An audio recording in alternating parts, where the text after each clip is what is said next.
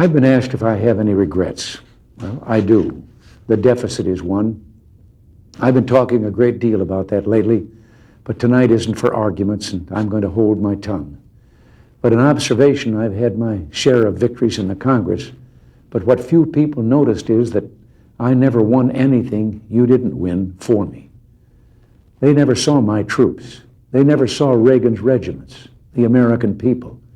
You won every battle with every call you made and letter you wrote demanding action. Well, action is still needed. If we're to finish the job, Reagan's regiments will have to become the Bush brigades.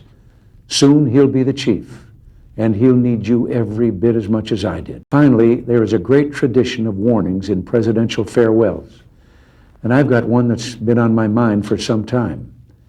But oddly enough, it starts with one of the things I'm proudest of in the past 8 years, the resurgence of national pride that I called the new patriotism.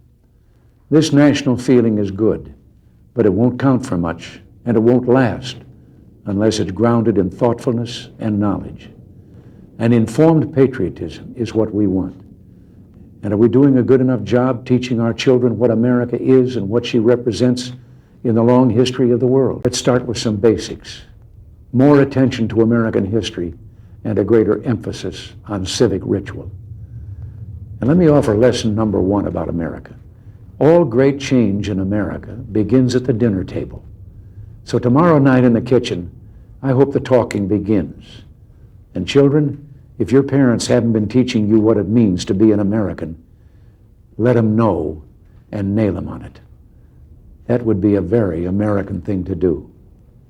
And that's about all I have to say tonight, except for one thing. The past few days, when I've been at that window upstairs, I've thought a bit of the shining city upon a hill.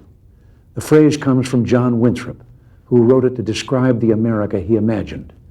What he imagined was important because he was an early pilgrim, an early freedom man. He journeyed here on what today we'd call a little wooden boat. And like the other pilgrims, he was looking for a home that would be free. We've done our part. And as I walk off into the city streets, a final word to the men and women of the Reagan Revolution, the men and women across America who for 8 years did the work that brought America back. My friends, we did it. We weren't just marking time. We made a difference.